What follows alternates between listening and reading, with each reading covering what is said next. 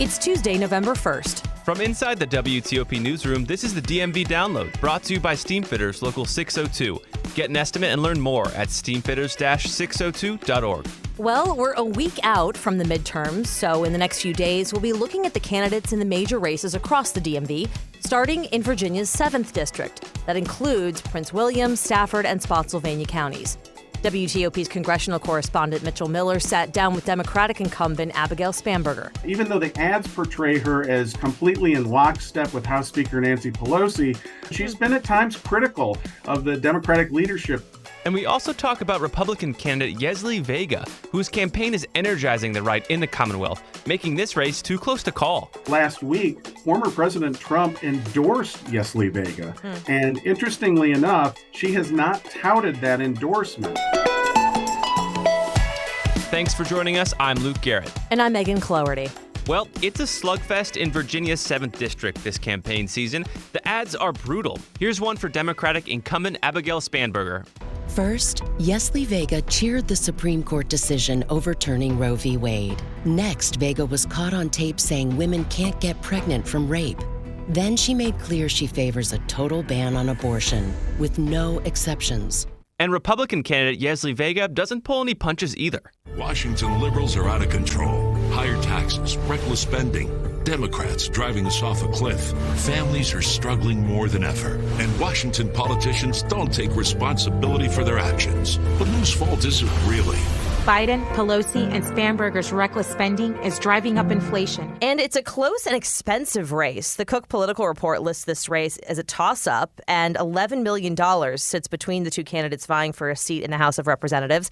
To give us more perspective on this race, WTOP's Capitol Hill correspondent Mitchell Miller joins us now from inside the Capitol. Mitch, thanks for being here. We appreciate it. Sure thing. There's a lot riding on this race for both parties. How important are these races for the midterms? These are really big races because Abigail Spanberger was one of many women that were elected in the 2018 midterms for Democrats, where Democrats thought that they had found this formula of solid centrist candidates who also, a lot of them had some kind of either military background or, in the case of Abigail Spanberger, a former CIA worker. She is somebody who has also law enforcement background as well. So there was a thinking among Democrats that this would kind of inure them, if you will, against charges, for example, that Republicans are really flying with this year about being soft on crime. And so Abigail Spanberger is one of those people that the Democrats thought would be really the political future of their party. And right now they are teetering in all these districts across the country. Her district, there's another one, Alyssa Slotkin, who's friends with her in Michigan, also in a very tough race. So nationally, this is also being looked at by the Democratic Party and Republicans as a very pivotal race, because really, once you see which way this race goes on election night, it could tell us a lot about what the rest of the country is going to do in these House races. A benchmark, if you will. Now, let's transition a little bit to Yesli Vega, her competitor. We're going to get to all the issues in a little bit, but can you tell us who she is? Yesli Vega has a very compelling story as a Republican candidate. Her family is originally from El Salvador. She was born in Texas. Her brother at one point was shot by MS-13, the gang, and that really got her into law enforcement. And she got into law enforcement. She became an auxiliary deputy sheriff in Prince William County. And then she became elected to the Prince William County Board of Supervisors. And a lot of people thought, okay, well, she is going to be a big time advocate for Latinos in the region, which of course we know that the population has surged in Northern Virginia, and she has, but she's also been something of a lightning rod within the Latino community. A lot of Latinos do not agree with her on some of the positions she's taken in connection, for example, with immigration. She's been very tough on it, and I think that stems in part from her background and her law enforcement, and she's also been a big advocate of gun rights. And so it's an interesting story that she has to tell. And she's really been a dynamic person out on the campaign trail. She holds these rallies. They're very high energy. I want you to look at my face. I want you to read my story. Because we embody everything that makes this country the greatest. There's a lot of people attending them, and she's really kind of come out of nowhere over the last few years to be a real political force in Northern Virginia. And I know, Mitch, you were assigned to cover this race. So weeks ago, you reached out to both candidates, schedule to sit down and make sure you talk to them about the issues that they want to campaign on. But we haven't sat down with Vega. Is that correct? That's correct. We put in several requests to her, and we'd really like to talk to her, but for whatever reason, we have not heard back from her. Now, we do know, obviously, her positions on a lot of these issues, right. And there's been a huge back and forth, as we know, on the TV airwaves between these two candidates, so certainly a lot to discuss here. And you talked with Abigail Spanberger. What did she have to say as far as the issues that she finds most important for her campaign?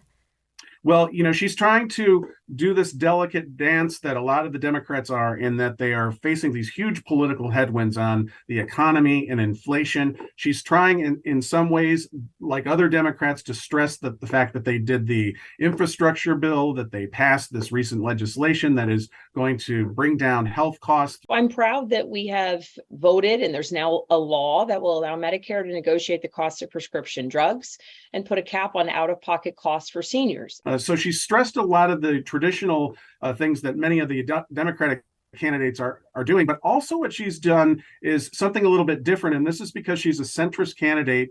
Even though the ads portray her as completely in lockstep with House Speaker Nancy Pelosi, she has actually been somewhat independent in connection with that. She doesn't necessarily say that she would even back House Speaker Nancy Pelosi in the event that the House, unlikely, but if the House did return to Democrats. I did not vote for Nancy Pelosi to be Speaker of the House in 2019 when I was first sworn in, and I did not vote for her in 2021 at the beginning of my second term. And depending upon who's running, I will not vote for her next year. She's kept some space there, and she's been at times critical of the Democratic leadership, saying that the Democrats really need new leadership, that they need younger people coming in to the top of the Democratic Party. So in terms of what she stressed, though, for the 7th District, keep in mind that the 7th District was redrawn. So she is dealing with a totally different type of district than she was just a few years ago. And I talked to her about that. And, she lost close to about 250,000 people around the Richmond area. A lot of them are Democrats, so it makes it tougher for her to get reelected. So she said, even though a lot of the district she still represents, she's been trying to reintroduce herself basically to a lot of constituents across the 7th District. The 7th District is huge. It stretches across many, many localities and counties, as you know. Kind of the heart of it is around Fredericksburg, but it goes out to Culpeper and comes up into Prince William County, obviously. So she has a lot of ground to cover. And also what's interesting about the district is it's both rural and a lot of urban too. So there's a lot of back and forth about trying to balance the interests there. Now, we haven't talked about the issue of abortion, which is a large issue here. Where does Spanberger stand on abortion? On abortion, she basically takes the traditional position of many other Democrats. She wants to codify Roe versus Wade. She believes that the decision by the U.S. Supreme Court by Dobbs was wrong earlier this year, and she has really hammered home that position throughout the campaign. This is an area where the difference between my opponent and me really couldn't be starker. I believe that decisions about a woman's reproductive choices should be left to a woman and her doctor. And I, as a legislator, have no place to mandate what a woman does or doesn't do. That is contrasted, of course, with her opponent, Yesli Vega, who has made it very clear that she opposes abortion rights. She does allow for some exceptions in connection with rape or incest. But as you're well aware, there was an early quote that she was caught on mic stating early in the campaign, where Yesli Vega was asked by a constituent about whether or not maybe a person who is raped, if it's possible that they might not get pregnant. I'm a law enforcement officer. I became a police officer in 2011. I've worked one case where, as a result of a rape, the young woman became pregnant. Really? But she has since tried to distance herself from that position. In fact, she's effectively said that she didn't really say what was portrayed in that quote, which came in an Axios report early on in the campaign. So that's been one where Abigail Spanberger has really honed in on, both in advertising and in criticism when she does interviews. We'd be remiss not to talk about the Youngkin effect here and how Virginia really has gone more to the right in the last year, two years or so. Are you seeing that in this race, especially when it comes to maybe the January 6th, the insurrection and how Vega has kind of connected there? I don't know if there's anything there, but I wanted to ask you about it. Right. Well, there's definitely an effect there. And there is clearly a strong push on the Republican side for Yesli Vega. And Glenn Youngkin has been a big supporter for her. Listen, Abigail Spanberger, she has voted 100% of the time this Congress with Nancy Pelosi and Joe Biden, 100% of the time. Also, what's interesting in connection with issues that bubble up related to January 6th, just last week, former President Trump endorsed Yesli Vega. And interestingly enough, she has not touted that endorsement. So, talking about Glenn Youngkin, remember when he was elected, he kind of did that balance where he was appreciative of the support for Donald Trump, but didn't try to link himself too much. Now we see Yesli Vega doing kind of a similar thing where she doesn't really say anything. She says, I'm just running my own race. But she has been a big supporter of the January 6th people that were actually here, she says, protesting around the Capitol. She's made it, no bones about it, that she thinks that some of them had their rights violated by the fact that they were arrested. Abigail Spanberger has been very critical of that in her own right, stating that there shouldn't really be any sympathy for these people that have actually rushed into the Capitol and caused the insurrection. So that has been a flashpoint at times during this campaign. Now, in the polls, we've seen that the economy is really the biggest issue in front of voters. That's one that Republicans have campaigned on a lot. Has Vega talked about the economy and what she would do if elected? She has, but it's interesting. When asked about that directly, she has said, I would do exactly opposite what Congresswoman Abigail Spanberger has done. So that's kind of a nice line when you're speaking at a rally, but by the same token, she hasn't really laid out any specific plans other than saying that the spending needs to be cut back. And that's kind of goes in line with overall GOP, is they say they will cut spending and that will help bring down inflation. She has run an ad. She ran an early ad where she actually showed herself with a shopping cart in a supermarket talking about these high prices and inflation. So she's right in the strong sales of what the Republican message has been throughout this campaign, really hammering home that issue, but not necessarily outlining specific plans to address it. It's a really interesting race. It'll be interesting to see what happens with it. It's one of the most preeminent races in our region for sure. Mitch Miller, our Capitol Hill correspondent, thank you so much for your insight on this. We appreciate it. You bet. And after the break, Swifties in D.C. are up in arms, and for good reason. We'll tell you why we think the nation's capital missed out on Taylor Swift's latest tour. Backed by the experience of its hardworking members, Steamfitters Local 602 is ready to take on your next commercial, heating, cooling, HVAC, or refrigeration project. Steamfitters Local 602 adds value to our community through its partnerships with local contractors and building owners, all while keeping the focus on improving the lives of its members and their families throughout the DMV. For work that's on time and on budget, go to steamfitters-602.org to schedule your next project. That's steamfitters-602.org. Steamfitters Local 602, changing lives. Explain your DNA on 10 cases, man. You're inside the police interrogation room with the alleged Potomac River rapist. I'm not guilty on any of this stuff. So calm, so reasonable. Could this be the man who terrorized women for 9 years before murdering a brilliant scientist 2 decades ago? Experience one of the most fascinating true crime podcasts available. Join crime reporter Paul Wagner for Unknown Subject, Season 3 of WTOP's American Nightmare series. Search American Nightmare Podcast on all podcast platforms. And before we start, just want to preface this kind of segment we're about to do that Megan and I are just kind of throwing out theories. We know not. And by Megan and I, you mean you. Yes, maybe just me. Because you have I think it's actually a pretty solid theory, though. Yeah, well, so backing up here.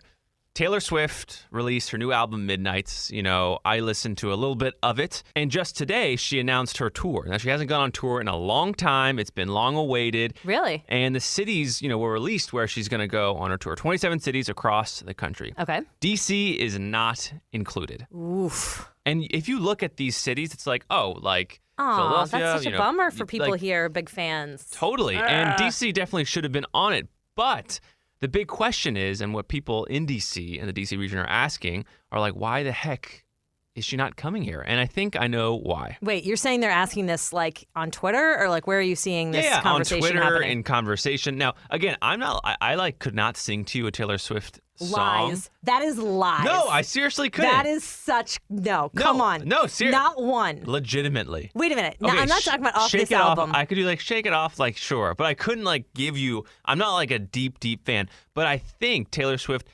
is a symbol of something. You know, like I think she's a very notable pop culture Definitely, yeah. person. So I think it's very meaningful that she's not coming to D.C. because it comes on the heels of the World Cup not selecting the Baltimore and D.C. bid. And I think we're starting to see a real trend here where these huge events, whether it's sports events like the World Cup or this massive, insane Capital One Taylor Swift concert series is not coming to the nation's capital because FedEx just ain't it. It was literally voted the worst NFL stadium. We did a story on it.